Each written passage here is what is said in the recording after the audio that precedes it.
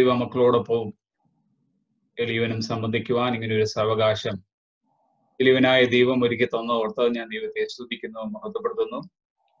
I am happy to be in the midst of you to share the word of God.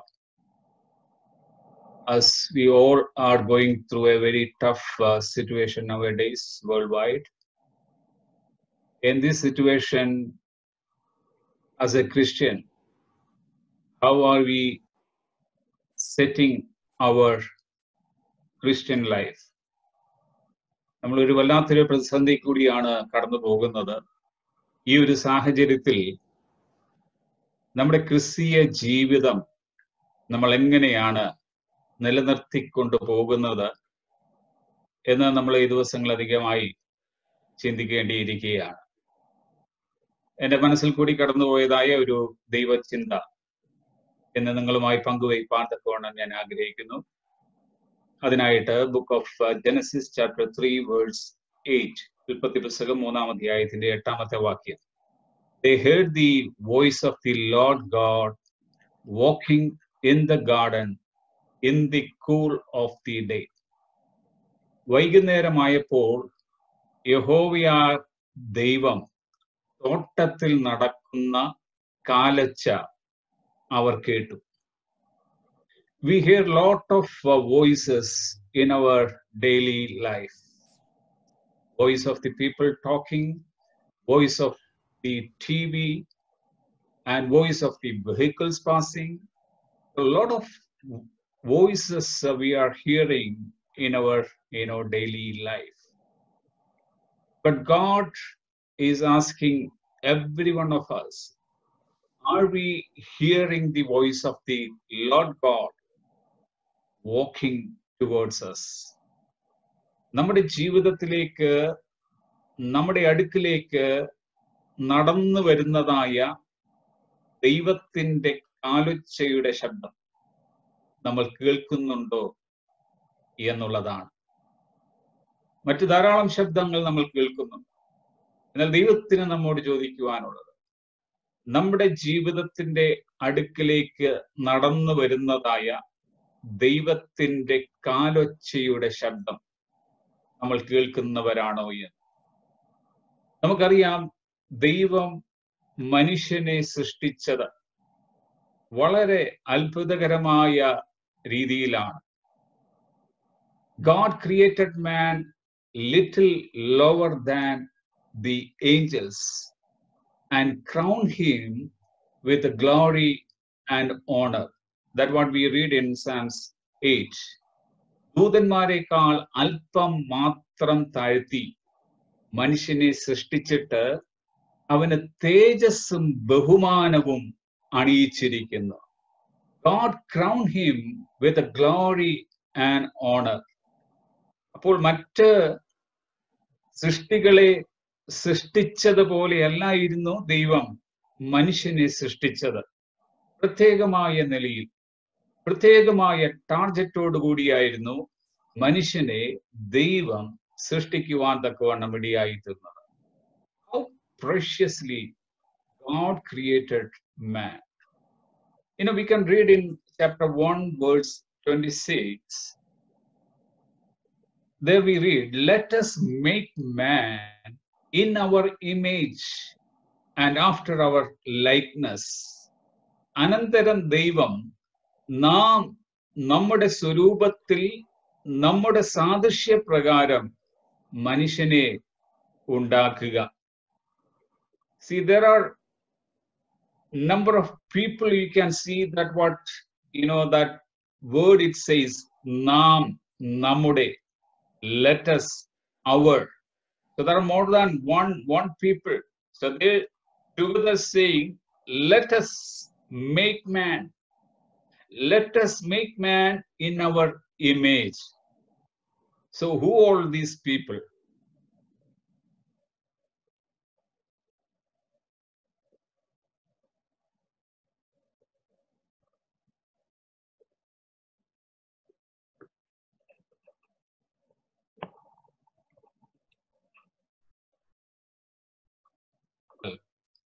Let us make man in our image. That's what we read in verse 26. Okay. Then what happened? That was the plan, right? Then what happened? Read 27. So God created man in his own image. ദൈവം തന്റെ സ്വരൂപത്തിൽ മനുഷ്യനെ സൃഷ്ടിച്ചു. 26-ാമത്തെ വാക്യത്തിൽ നാം നമ്മുടെ സ്വരൂപത്തിൽ മനുഷ്യനെ സൃഷ്ടിക്ക എന്ന് പറഞ്ഞതായ ദൈവം മനുഷ്യനെ സൃഷ്ടിച്ചനന്തരം പറയുകയാണ്, God created man in his own image. തന്റെ സ്വരൂപപ്രകാരം മനുഷ്യനെ സൃഷ്ടിച്ചു എന്നാണ്. അവിടെ ഒരു സിംഗുലർ വേർഡാണ് നമ്മൾ കാണുന്നത്. 26-ാമത്തെ വാക്യത്തിൽ നമ്മൾ പ്ലൂറൽ ആയിട്ട് കാണുമ്പോൾ in 26 we read as a singular word in his. There's only one person. Who is that one person? That is no other than our Savior Christ Jesus. യേശു കർത്താവാണ് ആ his image എന്ന് ഉദ്ദേശിക്കുന്നത്. Colossians chapter 2 verse 9, in him dwelleth all the fullness of the Godhead bodily. In him, അവനിലല്ലോ ദൈവത്തിന്റെ സർവസമ്പൂർണതയും ദേഹരൂപമായി വസിക്കുന്നത്. ആരാണ് ഈ അവനെന്ന് പറയുന്നത്? നമ്മുടെ യേശു കർത്താവാണ്. യേശു കർത്താവിൽ in Christ Jesus dwelleth all the fullness of the Godhead bodily. ദേഹരൂപമായി അത് സകല സമ്പൂർണതയും യേശു കർത്താവിൽ വസിക്കുകയാണ്. If you want to see the God in a bodily feature, നമുക്ക് നമ്മുടെ കർത്താവിനെ, നമ്മുടെ ദൈവത്തെ ദേഹരൂപമായി കാണണമെങ്കിൽ ഒരാളെ മാത്രം നോക്കിയാൽ മതി, ക്രൈസ്റ്റ് ജീസസ്. യേശുവിനെ നോക്കിയാൽ മതി നമുക്ക് ദൈവത്തെ കാണുവാൻ തക്കവണ്ണം കഴിയും. വചനം പറയുന്നുണ്ട് ദൈവത്തെ ആരും കണ്ടിട്ടില്ല എന്ന്, ആർക്കും കാണുവാൻ കഴിയത്തില്ല എന്ന്. പക്ഷേ അത് മനുഷ്യന് ദൈവത്തെ in a bodily feature, ഒരു ദേഹരൂപമായി കാണണമെങ്കിൽ look at Christ Jesus. യേശു കർത്താവിനെ നോക്കുക. Through him we can see our God. അവനിലൂടെ നമുക്ക് നമ്മുടെ ദൈവത്തെ കാണുവാൻ തക്കവണ്ണം കഴിയും. യേശു കർത്താവ് ഈ ലോകത്തിലായിരുന്നതായ വേളയിൽ, when Jesus was here with his disciple, one of the disciple called Philip asked Jesus, Lord, show us the Father. കർത്താവേ, ഞങ്ങൾക്ക് പിതാവിനെ കാണിച്ചു തരണം, അത് മതി. ഫിലിപ്പോസ് കർത്താവിനോട് പറയുകയാണ്, ഞങ്ങൾക്ക് പിതാവിനെ കാണിച്ചു തരണം, അത് ഞങ്ങൾക്ക് മതി എന്ന്.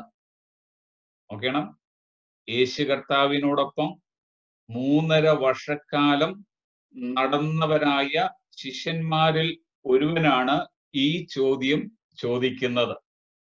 യേശുവിൻ്റെ തിരുവായ്മൊഴി കേട്ടതായ ശിഷ്യന്മാർ, യേശുവിൽ നിന്നും അതേ അപ്പം ഭക്ഷിച്ചതായ ശിഷ്യന്മാർ, യേശുവിൻ്റെ അത്ഭുതങ്ങളും അടയാളങ്ങളും കണ്ട ശിഷ്യന്മാർ യേശുവിനെ യഥാർത്ഥമായി മനസ്സിലാക്കുവാൻ തക്കവണ്ണം കഴിഞ്ഞില്ല. അതുകൊണ്ടാണ് അവനോട് ചോദിക്കുന്നത്, കർത്താവെ, ഞങ്ങൾക്ക് പിതാവിനെ കാണിച്ചു തരണമെന്ന്. അവനോട് കർത്താവ് ചോദിക്കുന്നതായ ചോദ്യം, Don't you know me, Philip? Even after I have been among you such a long time. ഇത്രയും കാലം ഞാൻ നിങ്ങളോടുകൂടെ ഇരുന്നിട്ടും നീ എന്നെ അറിയുന്നില്ലയോ ഫിലിപ്പോസ്? വളരെ വേദനയോടുകൂടി ആയിരിക്കാം യേശു കർത്താവ് ഫിലിപ്പോസിനോട് ആ ചോദ്യം ചോദിച്ചത്. ഇത്രയും കാലം, such A long time I been with you, ഇത്രയും കാലം ഞാൻ നിങ്ങളോട് കൂടി ഉണ്ടായിരുന്നു. എന്നിട്ടും നിങ്ങൾക്ക് എന്നെ മനസ്സിലാക്കുവാൻ തക്കവണ്ണം കഴിഞ്ഞില്ലയോ എന്നുള്ളത്. നമ്മുടെ ഈ ജീവിതത്തിൽ പലപ്പോഴും കർത്താവിന്റെ സ്നേഹം ലഭിച്ചറിഞ്ഞിട്ടും കർത്താവിന്റെ അനുഗ്രഹങ്ങൾ ഏറ്റുവാങ്ങിയിട്ടും പലപ്പോഴും ജീവിത സാഹചര്യങ്ങളുടെ മുഖത്ത് നാമം ചോദിച്ചിട്ടുണ്ട്, ദൈവം എവിടെയാണ്? ദൈവം എന്താ എൻ്റെ പ്രശ്നങ്ങളെ കാണാത്തത്? ദൈവം എന്താണ് എൻ്റെ പ്രാർത്ഥന കേൾക്കാത്തത്? എവിടെയാണ് ദൈവം എന്നുള്ളതായ ചോദ്യങ്ങൾ നമ്മൾ പലരും ഇതിനോടകം പലവട്ടം ചോദിച്ചവരാണ്. എന്നാൽ ദൈവത്തിന് നമ്മോടും ചോദിക്കുവാനായിട്ടുള്ളതായ ചോദ്യം ഇത് തന്നെയാണ്. Don't you know? Don't you know me? Even after I have been with you, among you in such a long period. കഴിഞ്ഞ കാലങ്ങളിൽ അത്ഭുതങ്ങൾ, അടയാളങ്ങൾ കണ്ടവരാണ് നാം ഓരോരുത്തരും. യേശു കർത്താവിനെ കുറിച്ച് പറയുന്നത്, യോഹന്നാൻ പറയുന്നത്, അവൻ ജഡമായിരുന്നു, അവൻ വചനമായിരുന്നു. ആ വചനം ജഡമായി തീർന്ന് and he tabernacle among us, നമ്മുടെ ഇടയിൽ പാർത്തു എന്നാണ് യോഹന്നാൻ സുവിശേഷം 1 നമ്മൾ വായിക്കുന്നത്. ഈ ടാബർനാക്കിൾ, നമ്മുടെ ഇടയിൽ പാർത്തവനായ കർത്താവ്, നമ്മെപ്പോലെ, നമ്മിൽ ഒരുവനെ പോലെ നമ്മുടെ ഇടയിൽ പാർത്തവനായ കർത്താവ്. നമ്മൾ ഒരുപക്ഷെ കുടിലാണ് ജീവിക്കുന്നതെങ്കിൽ ആ കുടിലിൽ നമ്മോടൊപ്പം യേശു കർത്താവ് ഉണ്ടായിരുന്നു. നമ്മളൊരു ബംഗ്ലാവിലാണ് ജനിച്ചു വീണതെങ്കിൽ ആ ബംഗ്ലാവിൽ നമ്മോടൊപ്പം അത് യേശു കർത്താവ് ഉണ്ടായിരുന്നു. He tabernacled among us, നമ്മുടെ ഇടയിൽ പാർത്തവനായ കർത്താവ്. അവനെ നമ്മൾ അറിഞ്ഞിട്ടും അവന്റെ വാക്കുകൾ നമ്മൾ കേട്ടിട്ടും അവന്റെ വചനങ്ങൾ നമ്മൾ ധാരാളം കേട്ടിട്ടും അവനിൽ നിന്നുള്ളതായ അനുഗ്രഹങ്ങളും പരിപാലനങ്ങളും ഒക്കെ ധാരാളമായി നമ്മൾ അറിഞ്ഞിട്ടും നമ്മൾ പലപ്പോഴും ജീവിത സാഹചര്യത്തിൽ ദൈവത്തോട് അത് ചോദിക്കുന്നതായ ചോദ്യം, ദൈവമേ നീ എവിടെയാണ്? നീ ഇതൊന്നും കാണുന്നില്ലയോ എന്നുള്ളതായ കാര്യം. ഇവിടെ ദൈവം മനുഷ്യനെ സൃഷ്ടിച്ചത് യേശു കർത്താവിന്റെ സാദൃശ്യത്തിലും സ്വരൂപത്തിലുമാണ്. എത്ര മനോഹരമായി, അതിശയമായിട്ടാണ് ദൈവം മനുഷ്യനെ, how wonderfully God created man and he crowned him with the glory. അവന് തേജസ്, ബഹുമാനം അണിയിച്ചിരിക്കുന്നു എന്ന് നമ്മൾ കാണുന്നുണ്ട്. അങ്ങനെ മനുഷ്യനെ ദൈവം സൃഷ്ടിച്ച ശേഷം അവനെ ദൈവം തോട്ടത്തിലാക്കുന്നുണ്ട്. Then God gave some responsibility to man. മനുഷ്യനെ ദൈവം വെറുതെ ഉണ്ടാക്കിയിട്ട് അങ്ങ് തോട്ടത്തിൽ ഇങ്ങനെ പാടി പറന്ന് നടക്കാനായിട്ട് അങ്ങ് വിടുകയല്ലായിരുന്നു ചെയ്യുന്നത്. There was some responsibility God gave to this his creation of man. എന്താണ് ആ റെസ്പോൺസിബിലിറ്റി? ഒന്ന്, വർക്ക് ഇൻ ദി ഗാർഡൻ, തോട്ടത്തിൽ വേല ചെയ്യുക. Number 2, watch over the garden, തോട്ടത്തെ കാക്കുക. Number 3, dominion over all creatures, സകല സൃഷ്ടികളെയും വാഴുക. Number 4, to have fellowship with God, ദൈവവുമായി കൂട്ടായ്മ ആചരിക്കുക. So it's the same responsibility God given to us also. He created us and he redeemed us and he has given some responsibility that we have to take it forward. ചില ചുമതലകൾ ദൈവം നമ്മെ ഏൽപ്പിച്ചിട്ടുണ്ട്. എന്താണ് ദൈവം നമ്മെ ഏൽപ്പിച്ചിട്ടുള്ളതായ ചുമതലകൾ? Number 1, work in the garden, തോട്ടത്തിൽ വേല ചെയ്യുക. നാം ആരാണ്? God created us as a garden. ദൈവം നമ്മെ ഒരു തോട്ടം പോലെ അതെ സൃഷ്ടിച്ചിരിക്കുകയാണ്. നിങ്ങൾ ദൈവത്തിന്റെ കൃഷി എന്ന് 1 Corinthians chapter 3 verse 9, you are the God's husbandry. നിങ്ങൾ ദൈവത്തിന്റെ കൃഷിയാണ്, നിങ്ങൾ ദൈവത്തിന്റെ തോട്ടമാണ് എന്ന് അവിടെ വായിക്കുന്നുണ്ട്. നമ്മൾ ദൈവത്തിന്റെ തോട്ടമായി ദൈവം നമ്മെ സൃഷ്ടിച്ചുവെങ്കിൽ ആ തോട്ടത്തെ മെയിൻറ്റെയിൻ ചെയ്യേണ്ടുന്നതായ ചുമതല നമ്മുടെ ഓരോരുത്തരുടെയും ജീവിതത്തിലുള്ളതായ കാര്യമാണ്. God created Garden of Eden. Eden തോട്ടം ദൈവം അത് സൃഷ്ടിച്ചു. പക്ഷെ അത് മെയിൻറ്റെയിൻ ചെയ്യേണ്ടതായ ചുമതല മനുഷ്യനെയായിരുന്നു ദൈവം ഏൽപ്പിച്ചിരുന്നത്. നാം ഓരോരുത്തരും രക്ഷിക്കപ്പെട്ടതായ വ്യക്തികളാണ്. God has redeemed us and we all are saved. Philippians chapter 2 verse 12, it says, therefore my beloved, as you have always obeyed, not as in my presence only, but now much more in my absence, work out your salvation with the fear and trembling. രക്ഷയ്ക്കായി പ്രവർത്തിപ്പീൻ. എങ്ങനെ? വിറയലോടെ, ഭയത്തോടെ, വിറയലോടെ നമ്മുടെ രക്ഷയ്ക്കായി അത് പ്രവർത്തിപ്പീൻ എന്ന് നമ്മൾ കാണും. നമ്മൾ ഒരിക്കലായിട്ട് രക്ഷിക്കപ്പെട്ടത് കൊണ്ട് നമ്മുടെ ക്രിസ്തീയ ജീവിതത്തിൽ എല്ലാം നടന്നു എന്ന് നമ്മൾ ഒരിക്കലും ചിന്തിക്കരുത്. സ്വർഗത്തിലേക്ക് പോകുവാനായിട്ടുള്ളതായ പാസ്പോർട്ടും വിസായും അടിച്ചു കിട്ടി, ഇനി അങ്ങോട്ട് പോയാൽ മാത്രം മതി എന്ന് നമ്മൾ ചിന്തിക്കരുത്. രക്ഷ കർത്താവ് നമുക്ക് തന്നു എന്നത് ശരി തന്നെയാണ്.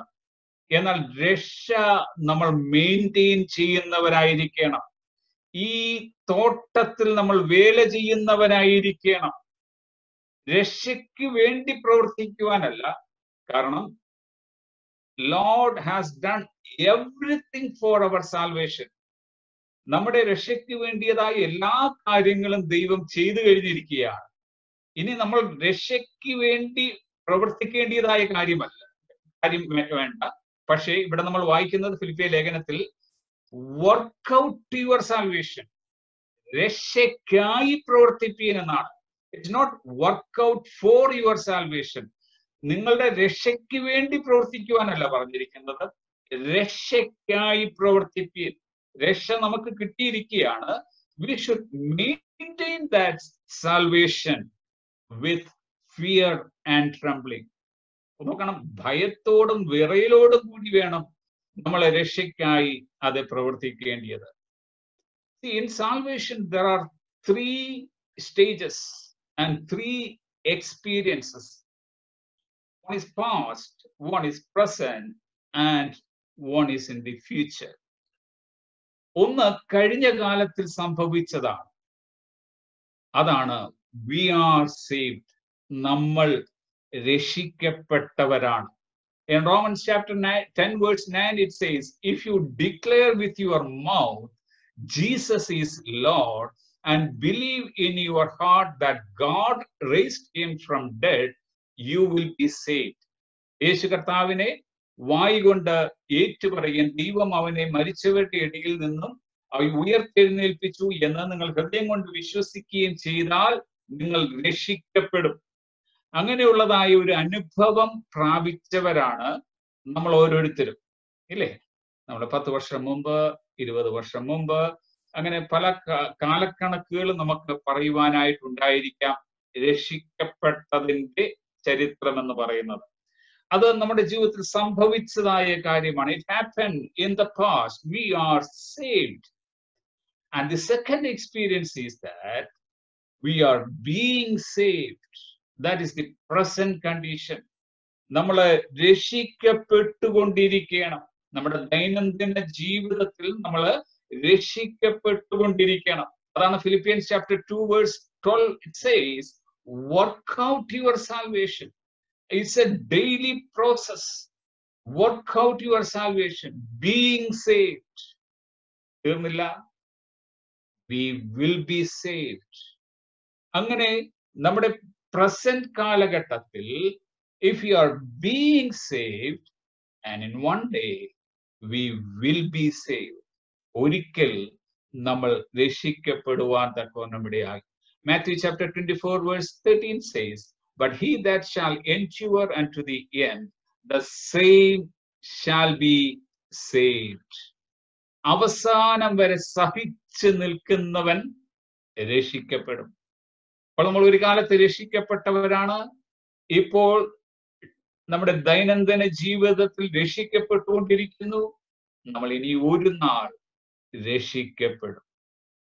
നമ്മളൊക്കെ വിശ്വാസ സ്നാനം ഏൽക്കുന്നതായ വേളയിൽ വെള്ളത്തിൽ നിന്നും നമ്മൾ പൊങ്ങി വരുമ്പോൾ ആ സ്നാനകർത്താവ് നമ്മുടെ തലയിൽ കൈവച്ചിട്ട് ഇങ്ങനെ ഒരു വാചകം പറയാറുണ്ട്. അത് നമ്മൾ കൂടെ കൂടെ ഓർക്കുന്നത് നന്നായിരിക്കും.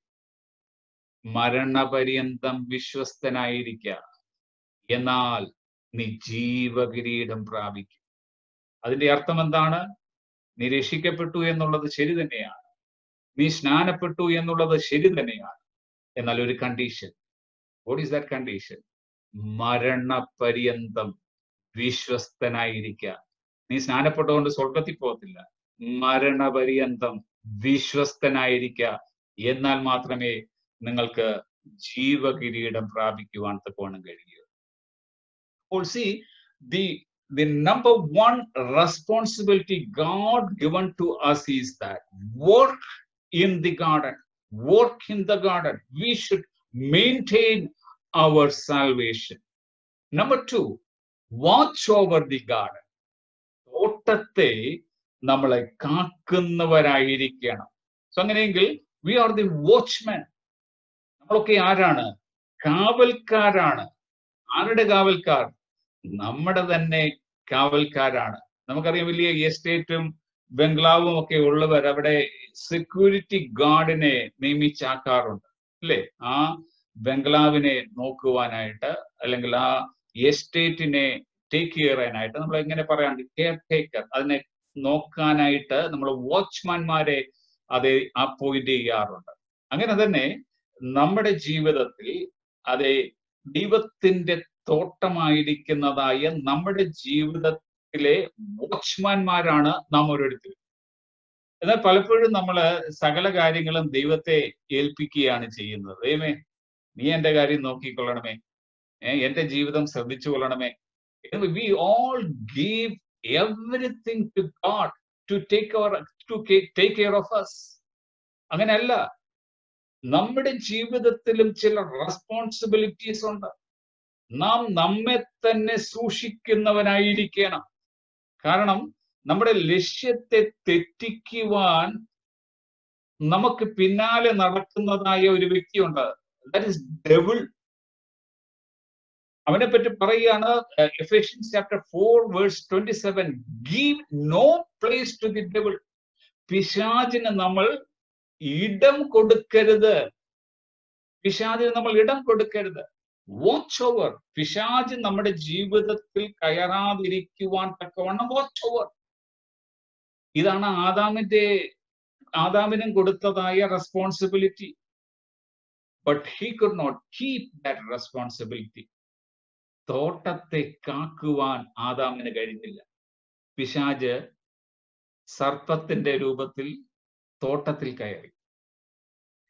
ഹവ്വ ആദാമിന് കൊടുത്തതായ, ദൈവം കൊടുത്തതായ ഒരു ഗിഫ്റ്റാണ്. ആദാമിനെ ടേക്ക് കെയർ ചെയ്യേണ്ടതായ ഒരു ചുമതല, ഹവ്വായെ ടേക്ക് കെയർ ചെയ്യേണ്ടതായ ഒരു ചുമതല ആദാമിനുണ്ടായിരുന്നു. പക്ഷെ അവൻ അതിൽ പരാജയപ്പെട്ടു. പിശാച് ഹവ്വായിലും പ്രവേശിക്കുവാൻ തക്കവണ്ണം ഇടയായി.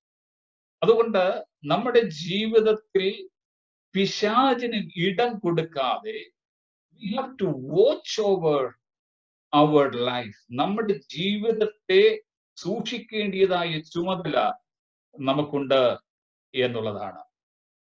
In Jude, the book of Jude, അവിടെ നമ്മൾ 2 സൂക്ഷിപ്പുകളെ കാണുവാൻ തക്കവണ്ണം കഴിയും. 2 സൂക്ഷിപ്പുകൾ. ഒന്ന്, നാം നമ്മെ തന്നെ സൂക്ഷിക്കേണ്ടതായ സൂക്ഷിപ്പ്. In verse 21, keep yourself in the love of God. Keep yourself. നിങ്ങളെ തന്നെ ദൈവ സ്നേഹത്തിൽ സൂക്ഷിക്കുക. അത് നമ്മുടെ ചുമതലയാണ്. പിശാചിന് ഇടം കൊടുക്കാതെ, പിശാച് നമ്മുടെ ജീവിതത്തിൽ പ്രവേശിക്കാതെ, നമ്മുടെ രക്ഷയെ എടുത്തു കളയാതിരിക്കുവാൻ തക്കവണ്ണം we have to keep ourselves. നമ്മളെ തന്നെ നമ്മൾ സൂക്ഷിക്കുന്നവരായിരിക്കണം. That is our ultimate responsibility. നമ്മുടെ ജീവിതത്തിലെ ഏറ്റവും അത്യന്താപേക്ഷിതമായിരിക്കുന്നതായ ഒരു ചുമതലയാണ് നമ്മെ തന്നെ സൂക്ഷിക്കുക എന്നുള്ളത്. പക്ഷേ there is a limit for that. നമ്മളൊക്കെ മനുഷ്യരാണ്, നമുക്കത് പരിധികളുണ്ട്. അതുകൊണ്ടാണ് രണ്ടാമത്തെ സൂക്ഷിപ്പിന് പ്രാധാന്യമേറുന്നത്. എന്താണ് രണ്ടാമത്തെ സൂക്ഷിപ്പ് എന്ന് പറയുന്നത്? നാം നമ്മളെ തന്നെ സൂക്ഷിച്ചു കഴിയുമ്പോൾ നമുക്ക് സൂക്ഷിക്കുവാൻ തക്കവണ്ണം കഴിയാത്തതായ മേഖലകളെ ദൈവം സൂക്ഷിച്ചുകൊള്ളും. അതാണ് അത് 24-ാമത്തെ വാക്യത്തിൽ നമ്മൾ വായിക്കുന്നത്. Now unto him that is able to keep you from falling. വീഴാതെ വണ്ണം നിങ്ങളെ സൂക്ഷിച്ച് മഹിമാസന്നിധിയിൽ കളങ്കമില്ലാത്തവരായി ആനന്ദത്തോടെ നിർത്തുവാൻ ശക്തിയുള്ളവൻ. നമ്മളൊക്കെ ബലഹീനരാണ്, എന്നാൽ ഒരു ശക്തിയുള്ളതായ ഒരു ദൈവത്തെയാണ് നമ്മൾ സേവിക്കുന്നത്. നാം നമ്മെ തന്നെ സൂക്ഷിച്ചു കഴിയുമ്പോൾ നമുക്ക് ഇടപെടുവാൻ തക്കവണ്ണം കഴിയാത്തതായ, നമുക്ക് ചെന്നെത്തുവാൻ തക്കവണ്ണം കഴിയാത്തതായ, നമുക്ക് കാണുവാൻ തക്കവണ്ണം കഴിയാത്തതായ മേഖലകളിൽ അദൃശ്യനായ ദൈവം, ശക്തിയുള്ളവനായ ദൈവം നമുക്ക് വേണ്ടി കാര്യം സാധിപ്പിച്ച് നമ്മെ സൂക്ഷിച്ചു തരുന്നവനാണ്. അപ്പോൾ നമ്മുടെ ജീവിതത്തെ സൂക്ഷിക്കേണ്ടതായ ചുമതല നമുക്ക് ഓരോരുത്തർക്കുമുള്ളതാണ്. Watch over our life. The third responsibility is that dominion over all creatures. എല്ലാ സൃഷ്ടികളെയും നിങ്ങൾ വാഴുക. മൃഗങ്ങളെ, ഇഴജാതികളുടെ മേൽ, മത്സ്യങ്ങളുടെ മേൽ, എല്ലാറ്റിന്റെ മേലും നിങ്ങൾ വാഴുക എന്നത്. ആദാം ഇവിടെയും പരാജയപ്പെട്ടു പോയി. ഇഴജാതിയിൽ ഒന്നായിരിക്കുന്നതായ പാമ്പിനെ ആദാമായിരുന്നു വാഴേണ്ടിയിരുന്നത്. അതിന്റെ മേൽ കർത്തൃത്വം നടത്തേണ്ടത് ആദാമായിരുന്നു. പക്ഷെ നേരെ തിരിച്ചാ സംഭവിച്ചത്. ഇല്ലേ? ഇഴജാതിയായിരിക്കുന്നതായ പാമ്പ് ഇവരുടെ മേൽ വാഴുവാൻ തക്കവണ്ണമിടയായി. ആദാം ഹവ്വായുടെ മേൽ വാഴുവാൻ തക്കവണ്ണമിടയായി. ഇന്ന് ഭൂമിയിലുള്ളതായ സകല സൃഷ്ടികളെയും വാഴുവാൻ തക്കവണ്ണമുള്ളതായ അധികാരം ദൈവം നമുക്ക് തന്നിട്ടുണ്ട്. പക്ഷെ മറ്റൊന്നും നമ്മെ വാഴുവാൻ നാം അനുവദിക്കരുത്. അതെന്ത് തന്നെയായാലും. നമുക്ക് നല്ലൊരു ഉദ്യോഗം ഉണ്ടായിരിക്കാം, നല്ല ഒരു പൊസിഷനിൽ നമ്മൾ ഇരിക്കുന്നവരായിരിക്കാം. We may be having a good wealth and we are having a good savings in our bank account. പക്ഷെ അതൊന്നും ആയിരിക്കരുത് നമ്മളെ നിയന്ത്രിക്കുന്നതായ ഘടകം. പണമല്ല നമ്മളെ നിയന്ത്രിക്കുന്നത്, നാം ആണ് പണത്തെ നിയന്ത്രിക്കേണ്ടത്. അപ്പോൾ നമ്മുടെ വെൽത്തോ ഹെൽത്തോ ഒന്നും ആയിരിക്കരുത് നമ്മെ നിയന്ത്രിക്കുന്നത്, നാം ആയിരിക്കണം അതിനെയൊക്കെ നിയന്ത്രിക്കേണ്ടത്. The fourth responsibility God has given to us is to have a fellowship with God. ദൈവവുമായിട്ട് കൂട്ടായ്മയെ ആചരിക്കുക എന്നുള്ളത്. ആദാം ഹവ്വമാർ ചില ദിവസങ്ങൾ, എത്ര ദിവസമെന്ന് നമ്മൾ അറിയുന്നില്ല, ഒരുപക്ഷെ ദിവസങ്ങളോ മാസങ്ങളോ വർഷങ്ങളോ ദൈവവുമായിട്ട് കൂട്ടായ്മ ആചരിച്ചിരുന്നവരാണ്. അതുകൊണ്ടാണ് അവർ പാപം ചെയ്തതായ ആ ദിവസം വൈകുന്നേര സമയത്ത് ദൈവം തോട്ടത്തിൽ നടക്കുന്നതായ കാലൊച്ച അവർ കേട്ടത്. അതിനർത്ഥം അതിനു മുന്നമേയും ദൈവം ആ തോട്ടത്തിൽ വന്നിരുന്നു. ദൈവത്തിന്റെ കാലൊച്ചയുടെ ശബ്ദം കേൾക്കുവാൻ അവർ എല്ലാ ദിവസവും വൈകുന്നേര സമയങ്ങളിൽ കാത് കൂർപ്പിച്ചിരുന്നു. ദൈവം വരുന്നു. ഞാൻ വിചാരിക്കുകയാണ് ആ തോട്ടത്തിൽ മനോഹരമായ ഒരു പാത്വേ ഉണ്ടായിരുന്നു.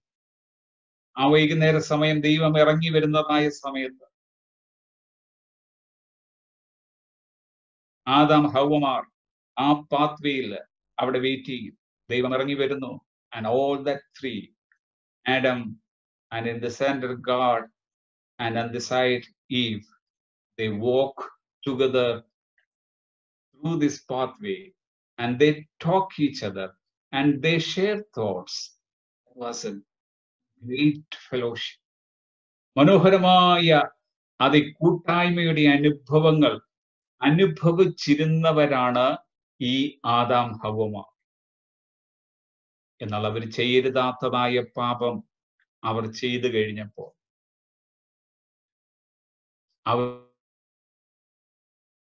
അവരെ ഇപ്പോൾ ഈ വൈകുന്നേര സമയത്ത് ദൈവം ഇറങ്ങി വരുന്നതായ സമയത്ത് ആ പാത്വേയില് ആദാം ഹവ്വമാറില്ല. അവർ വൃക്ഷങ്ങളുടെ ഇടയിൽ ഒളിച്ചിരിക്കുക. ദൈവത്തിന് ചോദിക്കേണ്ടി വന്നു, മാൻ, വേർ ആർ യു? മനുഷ്യ, നീ എവിടെ? അവൻ എവിടെയാണെന്ന് ദൈവത്തിന് നിശ്ചയമായിട്ടും അറിയാം. അവൻ വൃക്ഷങ്ങളുടെ ഇടയില് ഒളിച്ചിരിക്കുകയാണ് എന്ന് ദൈവത്തിന് നന്നായിട്ട് അറിയാം. So that was not a geographical question. ഭൂമിശാസ്ത്രപരമായി നീ എവിടെയാണ് ഇരിക്കുന്നത്, നമ്മളൊക്കെ ചോദിക്കുന്നത് എവിടെയാ ഇരിക്കുന്നേ, അങ്ങനെ ഒരു ചോദ്യമല്ല. ദൈവം എവിടെയാണെന്ന് അറിയാം. പക്ഷെ മനുഷ്യൻ അവൻ എവിടെയാണ് എന്നുള്ളതായ തിരിച്ചറിവ് അവനിൽ ഉണ്ടാകേണ്ടിയിരിക്കുന്നു. അതുകൊണ്ടാണ് അവനോട് ചോദിച്ചത്, നീ എവിടെയെന്ന്. ഇന്ന് നമ്മോട് ചോദിക്കുന്നത് അതേ ചോദ്യങ്ങളൊക്കെ തന്നെയാണ്. In the evening, God comes to our life to have a fellowship. നാമുമായിട്ട് ഒരു കൂട്ടായ്മ ആചരിക്കുവാൻ very frequently he comes. But where are we? നമ്മൾ എവിടെയാണ്? Some of us are really busy with so many other activities. In the evenings, we are so busy watching serials. In the evening, we are so busy watching cinemas. And some people, we are very busy, chatting in the mobile. We are so busy. But God is coming to us in the evenings. വൈകുന്നേര സമയങ്ങളിൽ നമ്മുടെ ജീവിതത്തിലേക്ക് ദൈവം ഇറങ്ങി വരുന്നുണ്ട്. പക്ഷെ പലപ്പോഴും നാം ആയിരിക്കേണ്ടുന്നതായ സ്ഥാനത്ത് നാം ആയിരിക്കാതെ ഇരിക്കുമ്പോൾ അന്ന് കേട്ടതായ, നൂറ്റാണ്ടുകൾക്കപ്പുറം കേട്ടതായ അതേ ശബ്ദം ഇന്ന് നമ്മോട് ചോദിക്കുകയാണ്, മനുഷ്യ, നീ എവിടെയാണ്? ദൈവവുമായിട്ട് അടുത്ത് വസിക്കേണ്ടിയതായ മനുഷ്യൻ, നീ എന്തിനാണ് വൃക്ഷങ്ങളുടെ ഇടയിൽ ഒളിച്ചിരിക്കുന്നത്? Come out and have fellowship with me. ഞാനുമായിട്ട് ഒരു കൂട്ടായ്മ ആചരിക്കുവാൻ come out. പുറത്തേക്ക് വരിക. ദൈവം നമ്മുടെ ജീവിതത്തിൽ ഏറ്റവും ആഗ്രഹിക്കുന്നതായ ഒരു കാര്യം എന്ന് പറയുന്നത് നാമുമായിട്ടൊരു വ്യക്തിപരമായ ഒരു ഫെലോഷിപ്പ് അതേ ഉണ്ടാകുവാൻ വേണ്ടിയാണ്. നമ്മൾ യേശു കർത്താവ് ഈ ലോകത്തിലായിരുന്നപ്പോൾ തന്റെ ശിഷ്യന്മാരോട് പറഞ്ഞു, പെസഹ പെരുന്നാൾ എടുത്തതായ വേളയിൽ അത് എല്ലാ വർഷവും അവർ പെസഹ, പാസ് ഓവർ അവര് സെലിബ്രേറ്റ് ചെയ്യുമായിരുന്നു. അപ്പോൾ ശിഷ്യന്മാരോട് പറഞ്ഞു, അത് പെസഹ ആചരിക്കുവാനായിട്ട് ഒരു ശാല, ഒരു പ്ലേസ് ഒരുക്കുവാനായിട്ട് പറഞ്ഞു. ശിഷ്യന്മാർ ചോദിച്ചു, കർത്താവേ, ഞങ്ങൾ എവിടെയാണ് പെസഹ ആചരിക്കേണ്ടിയതിന് ഒരു ശാല ഒരുക്കേണ്ടിയത് എന്ന് ചോദിച്ചു. കർത്താവ് ആ ശിഷ്യന്മാരിൽ രണ്ടുപേരായ പത്രോസിനെയും യോഹന്നാനെയും അവർക്കെതിരെയുള്ളതായ ഒരു ഗ്രാമത്തിലേക്ക് അയക്കുന്നു. എന്നിട്ട് അവരോട് പറയുകയാണ്, നിങ്ങൾ ആ ഗ്രാമത്തിലെത്തുമ്പോൾ ഒരു മനുഷ്യൻ ഒരു കുടം വെള്ളം ചുമന്നുകൊണ്ട് വരും. അവനെ അനുഗമിക്കുക. അവൻ കയറി ചെല്ലുന്നതായ വീട്ടിലേക്ക് നിങ്ങളും കയറി ചെല്ലുക. എന്നിട്ട് ആ വീട്ടുടയവനോട് നിങ്ങൾ ചോദിക്കേണ്ടതായ ചോദ്യമാണ്, ഞാൻ അത് വായിക്കാം. ലൂക്കോസിന്റെ സുവിശേഷം, Luke chapter 22 verse 11 and 12. The teacher asked, "Where is the guest room, where I may eat the Passover with my disciples?" He will show you a large room upstairs, all furnished. See, ഇവര് ഗുരുവിന് വേണ്ടി പാസ്ഓവർ ആചരിക്കുവാൻ വേണ്ടി ഒരു ശാല ഞങ്ങൾക്ക് ഒരുക്കി തരാമോ എന്നല്ല ചോദിച്ചത്. Can you give me a place where we can have the Passover? It's not like that. They were asking, that teacher is asked, where is the guest room where I may eat the Passover with my disciple? Where is the guest room? എവിടെയാണ് ആ guest room? എവിടെയാണ് ആ ശാല? So that means the Christ Jesus already booked a guest room for having a Passover with the disciples. ശിഷ്യന്മാരുമായി പെസഹ ആചരിക്കേണ്ടിയതിന് ഒരു room in advance reserve ചെയ്തിരിക്കുകയാണ്. A large room upstairs, fully furnished, വിരിച്ചൊരുക്കിയതായ ഒരു വൻമാളിക. ഇനി അതിന്റെ ഒരു വാക്യം കൂടി നിങ്ങളുടെ ശ്രദ്ധയിൽപ്പെടുത്തുവാൻ തക്കവണ്ണം ആഗ്രഹിക്കുകയാണ്. Let me bring to your attention to another words. Chapter 22, Luke chapter 22, verse 15. Jesus said to them, "I have eagerly desired," listen to that word, "I have eagerly desired to eat this Passover with you.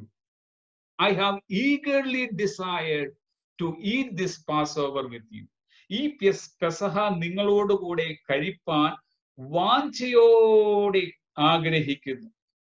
നോക്കണം, in one side Jesus is there, eagerly desired to have Passover with the disciple. And on the other side, a large room upstairs, fully furnished, ready for that. You got the message? നിങ്ങൾക്ക് message കിട്ടിയോ എന്ന് എനിക്കറിയത്തില്ല. ഒരു വശത്ത് നമ്മുടെ യേശു കർത്താവ് നാമുമായിട്ട് അതേ ഒരു കൂട്ടായ്മ ആചരിക്കുവാൻ തക്കവണ്ണം, വ്യക്തിപരമായ കൂട്ടായ്മ ആചരിക്കുവാൻ തക്കവണ്ണം വാഞ്ചയോടെ ആഗ്രഹിക്കുന്നു. മറുവശത്ത് വിരിച്ചൊരുക്കിയതായ ഒരു മാളിക തയ്യാറായിരിക്കുകയാണ്. Can we give our the upstairs fully furnished for having Jesus to fellowship with us?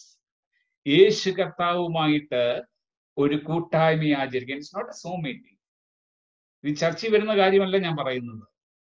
To have fellowship person to person, വ്യക്തിപരമായിട്ട് നാം ഓരോരുത്തരുമായിട്ട് ഒരു ഫെലോഷിപ്പ് കൂടുവാൻ തക്കവണ്ണം our Jesus is eagerly waiting, decide to have.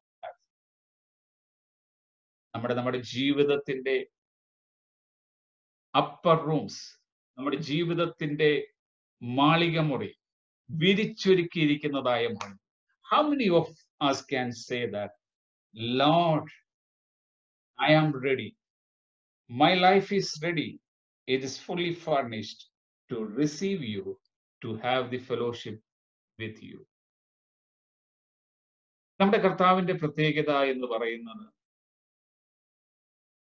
അവൻ നമ്മുടെ ആരുടെയും ജീവിതത്തിൽ ഇടിച്ച് കയറുകയില്ല. He never get into our life forcefully. നിർബന്ധിച്ച് ചവിട്ടി തുറന്ന് നമ്മുടെ ജീവിതത്തിലേക്ക് പ്രവേശിക്കുക. Instead, what he does, he knock on the door. അവൻ വാതിലിൽ നിന്ന് മുട്ടുകയാണ് ചെയ്യുന്നത്. That's what we read in Revelation chapter 3 verse 20. Behold, I stand at the door and knock. If anyone hears my voice and opens the door, if anyone hears the voice, that is the message for us today. If anyone hears the voice, my voice, and opens the door, I will come into him and eat with him and he with me. ആ എന്റെ ശബ്ദം കേട്ട് ആരെങ്കിലും വാതിൽ തുറന്നാൽ മാത്രമേ he gets in, അവൻ അകത്തേക്ക് പ്രവേശിക്കുകയുള്ളൂ. എന്നിട്ട് നാമുമായിട്ട് അത്താഴം കഴിക്കുകയുള്ളൂ. So can you just imagine, can you just put a picture in our mind? We are in one room. No one else is with us. No wife, no husband, no parents, no children. We are alone there in that room. There is a dining table. In that dining table, a supper is ready. And there are only 2 chairs. It's placed opposite. And Jesus is knocking into that door. If we hear the voice of that sound, you open that door. He gets into that room. ആ റൂമിലേക്ക് കടന്നു വരുന്നു. And he sits with us face to face. And we are having a supper together. How blessed it is. അല്ലേ, മനസ്സിലായോ? നമ്മൾ ഒരു മുറിയിൽ ഇരിക്കുകയാണ് എന്ന് വിചാരിക്കുക. നമ്മുടെ ഭാര്യയോ നമ്മുടെ ഭർത്താവോ നമ്മുടെ മാതാപിതാക്കളോ നമ്മുടെ കുഞ്ഞുങ്ങളോ ആരുമില്ല. We are alone. നമ്മൾ ഒറ്റയ്ക്കാണ്. അവിടെ ഒരു ഡൈനിങ് ടേബിൾ. ആ ഡൈനിങ് ടേബിൾ അത്താഴം ഒരുക്കിയിരിക്കുക. ആ ടേബിളിനപ്പുറേ ഇപ്പുറേ ഓരോ ചെയറുണ്ട്. ആ റൂമിന്റെ വാതിൽക്കൽ നിന്ന് ഒരു ശബ്ദം കേൾക്കുകയാണ്. വാതിൽക്കൽ നിന്ന് മുട്ടുന്ന ശബ്ദം. ആരെങ്കിലും ആ ശബ്ദം കേട്ട് വാതിൽ തുറന്നാൽ നമ്മുടെ കർത്താവ് അകത്തേക്ക് പ്രവേശിക്കും. അവിടെ ഇരിക്കുന്നതായ ആ ടേബിളിന്റെ സൈഡിലെ ചെയറിൽ കർത്താവ് ഇരിക്കുന്നു, മറുവശത്ത് നമ്മൾ ഇരിക്കുന്നു.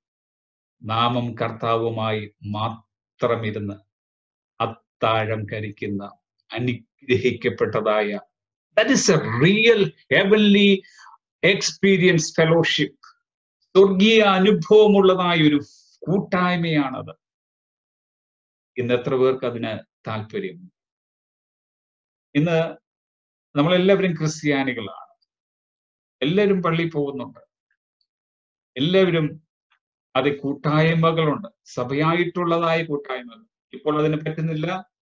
So instead we are having a Zoom meeting. Zoom മീറ്റിംഗുകൾ നമുക്ക് ധാരാളം. എന്നാൽ അതിനേക്കാളെല്ലാം അതിപ്രധാനമായിട്ടിരിക്കുന്നത് വ്യക്തിപരമായി നാമും കർത്താവും മാത്രം ശേഷിക്കുന്നതായ നിമിഷങ്ങൾ, വ്യക്തിപരമായ ഫെലോഷിപ്പ്, അത് നമുക്കുണ്ടായിരിക്കുവാൻ തക്കവണ്ണം കർത്താവ് ആഗ്രഹിക്കുക. He is eagerly desired to have fellowship with us. God bless you.